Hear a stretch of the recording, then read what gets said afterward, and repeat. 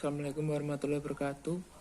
Kami dari kelompok 12 akan mempresentakan sistem pengendalian manajemen dengan judul Pengendalian Manajemen dalam Perspektif Islam.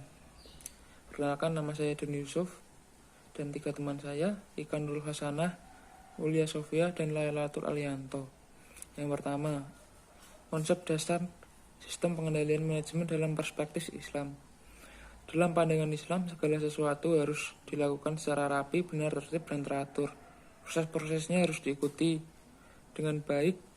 Sesuatu tidak boleh dilakukan secara asal-asalan, mulai dari urusan terkecil sampai mengatur urusan rumah tangga, sampai dengan urusan terbesar, yaitu mengatur urusan negara.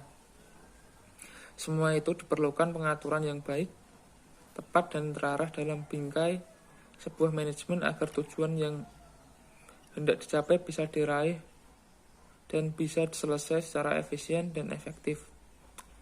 Unsur-unsur sistem pengendalian manajemen: 1. Detektor, 2. Selektor, 3. Efektor, 4. Komunikator. Assalamualaikum warahmatullahi wabarakatuh. Perkenalkan, nama saya Ika Nurul Hasanah, NIM 63040190151 dari kelompok 12. Saya di sini akan melanjutkan pemaparan materi dari rekan saya, yaitu kegiatan-kegiatan dalam proses pengendalian manajemen. Kegiatan-kegiatan tersebut ada 4. Yang pertama yaitu perencanaan strategi, yang kedua ada penyusunan anggaran, yang ketiga pelaksanaan, dan yang terakhir yaitu evaluasi kinerja. Pertama, perencanaan strategi. Perencanaan strategi adalah proses memutuskan program-program utama yang akan dilakukan oleh suatu organisasi dalam rangka implementasi strategi dan menaksir jumlah sumber daya yang akan dialokasikan untuk tiap-tiap program jangka panjang beberapa tahun yang akan datang.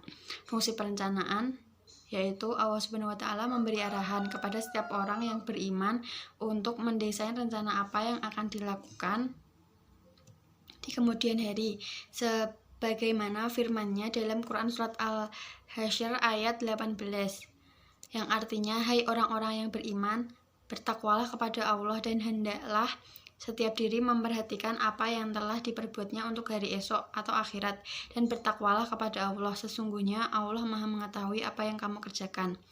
Yang kedua, penyusunan anggaran. Penyusunan anggaran adalah proses pengoperasian rencana dalam bentuk pengkuantifikasian, biasanya dalam unit moneter atau kurun waktu yang tertentu. Yang berikutnya yaitu pelaksanaan. Selama tahun anggaran, manajer melakukan program atau bagian dari program yang menjadi tanggung jawabnya. Laporan yang dibuat hendaknya menunjukkan dapat menyediakan informasi tentang anggaran dan realisasinya, baik itu informasi untuk mengukur kinerja keuangan maupun non-keuangan, informasi internal maupun eksternal. Yang berikutnya yaitu evaluasi kinerja. Prestasi kerja bisa dilihat dari efisien atau efektif tidaknya suatu pusat pertanggungjawaban menjalankan tugasnya. Evaluasi dilakukan dengan membandingkan antara realisasi anggaran dengan anggaran yang telah ditetapkan sebelumnya. Berikutnya yaitu ciri terpenting dalam sistem pengendalian manajemen. Ciri-cirinya ada 3. Yang pertama yaitu sistem pengendalian manajemen digunakan untuk mengendalikan seluruh organisasi, termasuk pengendalian terhadap seluruh sumber daya yang akan digunakan, baik manusia, alat-alat, dan teknologi, maupun hasil yang diperoleh oleh organisasi, sehingga proses pencapaian tujuan organisasi dapat berjalan dengan lancar. Yang kedua yaitu pengendalian manajemen bertolak dari strategi dan teknik evaluasi yang berintegrasi dan menyeluruh, serta kurang bersifat perhitungan yang pasti dalam mengevaluasi sesuatu. Yang ketiga yaitu pengendalian manajemen lebih berorientasi pada manusia karena pengendalian manajemen lebih ditujukan untuk membantu manajer mencapai strategi organisasi dan bukan untuk memperbaiki detail catatan. Oleh sebab itu, dalam pengendalian manajemen, peranan pertimbangan-pertimbangan psikologis lebih dominan. Berdasarkan ciri-ciri yang sudah saya sebutkan tadi, dapat diketahui bahwa tugas terpenting dari manajemen melalui pengendalian manajemen adalah berusaha mencapai tujuan organisasi secara efektif dan efisien. Agar tugas tersebut dapat dijalankan dengan baik, pada tahap pertama, manajer harus memutuskan apa yang akan dicapai oleh perusahaan dan cara untuk mencapainya. Lewat keputusan ini akan diketahui seperangkat tujuan organisasi dan strategi menjadi sejumlah kebijakan-kebijakan yang dapat menuntut arah maupun program-program kegiatan untuk tercapainya tujuan tersebut. Sekian dari saya, selanjutnya akan diteruskan oleh Ulia Sofia. Assalamualaikum warahmatullahi wabarakatuh. Perkenalkan, nama saya Ulia Sofia, NIM 158. Di sini saya akan melanjutkan presentasi dari teman saya. Silakan teman-teman buka slide yang ke-7, yaitu fungsi dan tujuan pengendalian. Di dalam Al-Quran, fungsi pengawasan dapat terungkap pada ayat surat Quran As-Saff ayat 3 yang artinya, amat besar kebencian di sisi Allah bahwa kamu mengatakan apa-apa yang tidak kamu kerjakan. Ayat tersebut memberikan ancaman dan peringatan terhadap orang yang mengabaikan pengawasan terhadap perbuatannya. Kandungan ayat di atas menjelaskan bahwa Allah adalah pengatur alam. Keteraturan alam raya ini merupakan bukti kebesaran Allah dalam mengelola alam ini. Namun, karena manusia yang diciptakan Allah telah dijadikan sebagai khalifah di bumi, maka dia harus mengatur dan mengelola bumi dengan sebaik-baiknya, sebagaimana Allah mengatur alam raya ini. Fungsi manajemen adalah merancang, mengorganisasikan, memerintah, mengordinasi, dan mengendalikan. Selanjutnya Allah memberi arahan kepada setiap orang yang beriman untuk mendesain rencana apa yang akan dilakukan. Dalam pandangan Islam, segala sesuatu harus dilakukan secara terencana dan teratur. Berdasarkan hadis di atas, pengawasan dalam Islam dilakukan untuk meluruskan yang bengkok, mengoreksi yang salah, dan membenarkan yang hak. Pengawasan di dalam ajaran Islam terbagi menjadi dua hal, yakni pengawasan yang berasal dari diri sendiri dan pengawasan yang bersumber dari tauhid dan keimanan kepada Allah. Orang yang yakin bahwa Allah pasti mengawasi hamba-hambanya, maka orang itu akan bertindak baik hati. Ketika sendiri, dia yakin Allah yang kedua, dan ketika berdua, dia yakin Allah yang ketiga. Selain itu, berdasarkan hadis yang diriwayatkan oleh Imam Tabrani, bahwasannya Rasulullah bersabda, sesungguhnya Allah mencintai orang yang jika melakukan sesuatu pekerjaan dilakukan cara itikan atau tepat, terarah, dan tuntas.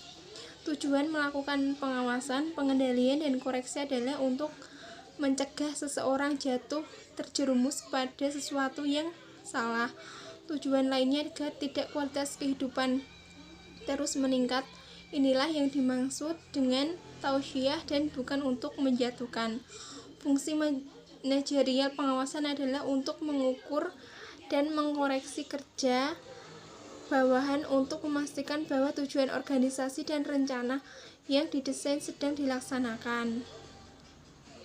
Dalam konteks ini, implementasi syariah diwujudkan melalui 3 pilar pengawasan, yaitu yang pertama, ketakwaan individu, bahwa seluruh personel perusahaan dipastikan dan dibina agar menjadi manusia yang bertakwa. Yang kedua, pengawasan anggota. Dalam suatu organisasi yang mencerminkan sebuah tim, maka proses berlangsungan organisasi selalu akan mendapatkan pengawasan. Yang ketiga, penerapan supremasi aturan. Organisasi ditegakkan dengan aturan main yang jelas, transparan, dan tidak bertentangan dengan syariah. Penjelasan di atas, maka dapat ditegaskan bahwa pengawasan sebagai upaya pengecekan atau jalannya perencanaan atau planning dalam organisasi untuk menghindari kegagalan atau akibat lebih yang buruk organisasi. Mengenai faktor ini, Al-Quran memberikan konsepsi yang tegas agar hal yang bersifat merugikan tidak terjadi. Tekanan Al-Quran lebih dahulu pada introspeksi, evaluasi diri pribadi sebagai pimpinan, apakah sudah sejalan dengan pola dan tingkah berdasarkan planning dan program yang telah dirumuskan semula. Setidak-tidaknya menunjukkan sikap yang simpatik dalam menjalankan tugas. Selanjutnya, mengadakan pengecekan atau memeriksa kerja anggotanya. Sebuah sistem pengendalian manajemen yang baik seharusnya dapat membantu dalam proses pembuatan keputusan dan memotivasi setiap individu dalam sebuah organisasi agar melakukan keseluruhan konsep yang telah ditentukan. Sistem pengendalian manajemen meramalkan besarnya penjual. Saya, Lailatul Alianto, NIM 63040190175 akan menjelaskan mengenai urgensi sistem pengendalian manajemen dalam Islam. Baiklah, di sini saya akan melanjutkan presentasi dari rekan saya mengenai urgensi sistem pengendalian manajemen dalam Islam. Pada dasarnya, jalan Islam banyak mengajarkan tentang kehidupan yang serba terarah dan teratur. Contohnya pada pelaksanaan sholat yang menjadi ikon paling sakral dalam Islam. Dasar untuk mengendalikan dalam Islam menggunakan mekanisme kontrol internal atau eksternal, bisnis atau kontrol pribadi, dan sosial atau hukum yang sesuai dengan prinsip dasar syariah. Modus pemikiran sekuler memberikan penekanan besar pada pentingnya aspek individual dalam diri manusia. Kebajikan, kerjasama sosial, dan kontrol tidak sepenuhnya dipahami. Jadi, pemimpin perusahaan harus mengambil inisiatif untuk mengembangkan dan menanamkan suasana yang baik, di mana bukan hanya kompetisi, tetapi juga ramah hubungan kerja. Melalui pendekatan ini, potensi individual optimal untuk efisiensi dapat dikembangkan. Allah mengatakan dalam Al-Quran beberapa kali bahwa Al-Quran yang telah diturunkan dari Allah diturunkan kepada Nabi dan berisi hak jalan yang akan senantiasa ada dan dilindungi dan dilestarikan oleh Allah sendiri. Al-Quran lebih lanjut menetapkan otoritas bagi Nabi Muhammad SAW untuk melengkapi aturan yang ditetapkan oleh Al-Quran. Sunnah demikian sumber lain mendukung dan menjelaskan aspek-aspek dalam Al-Quran dan Sunnah. Dalam era globalisasi, persaingan usaha semakin berkembang. Adanya modernisasi dalam sebuah perusahaan, persaingan dalam dunia usaha akan semakin ketat. Perusahaan-perusahaan mulai memasuki lingkungan bisnis yang berbeda dari sebelumnya. Kini, pasar tidak hanya dimasuki oleh pesaing dalam negeri, tetapi juga didatangi oleh berbagai pesaing dari luar negeri, yang produk dan jasanya mengandung persaingan. Selain dampak positif, perusahaan juga di era globalisasi ini mengalami dampak negatif, yang mana apabila perusahaan tidak mempunyai sistem pengendalian manajemen yang kuat, maka perusahaan akan tersisih. Suatu perusahaan dimulai dengan perencanaan. Perencanaan sendiri melibatkan berbagai individu. Aktivitas berbagai individu ini akan diarahkan untuk mencapai tujuan perusahaan. Namun, banyak juga individu yang tujuannya tidak selaras dengan tujuan perusahaan. Ketidakselarasan tujuan ini membuat tujuan dari perusahaan tidak tercapai. Untuk itu diperlukannya sistem pengendalian manajemen sebagai pengendali antara tujuan individu dengan tujuan bisnis. Tidak hanya diperlukan oleh perusahaan, namun sistem pengendalian manajemen harus ditata dengan baik agar perusahaan tidak tersisih dari persaingan ketat ini. Demikian, terima kasih. Wassalamualaikum warahmatullahi wabarakatuh.